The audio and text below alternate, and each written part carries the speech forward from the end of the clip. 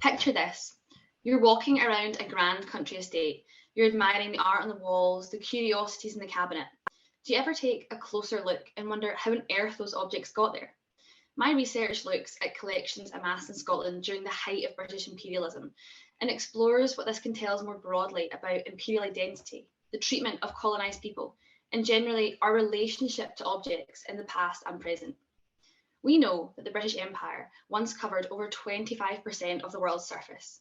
How many cultures were once forcibly part of an empire on which the sun never set? I'm looking at Scotland's major role in the colonial enterprise in India.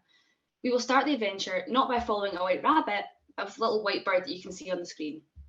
Called Cocky the Cockatoo, he was transported first from the dusty Australian plains to the Indian royal palaces, and then seized in the Indian Mutiny, destined to spend his days in the cold northeast of England as a prized pet of Scotsman Colonel Alexander. He stood as Alexander's symbol of a British triumph over India in 1857, alongside a seized royal throne, family paintings, and jewellery.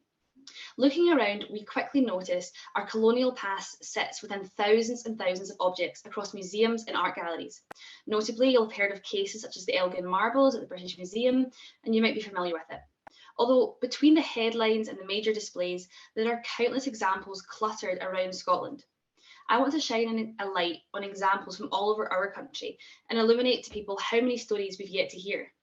I work with the National Trust for Scotland, and I'm looking in depth at their recent Project Reveal database, which has never been looked at before. Before bringing the discoveries into the present, I'm going to interview both NTS volunteers and public visitors. Will this help heal historical connections severed by conflict, and will it reframe the relationship between man and object? The act of removing or destroying cultural heritage is a strategy of war and colonial domination.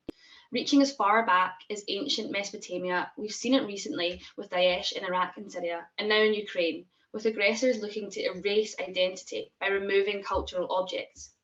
They want the art, not the people. But the objects that we collect are important, and they all have a story to tell. Picture this. You're walking around a grand country estate. You're admiring the art on the walls, the curiosities in the cabinets. You stop, you take a closer look. You ask yourself, how on earth did that get here? Who made it? Should we give it back? And you tell yourself, this does matter. Thanks.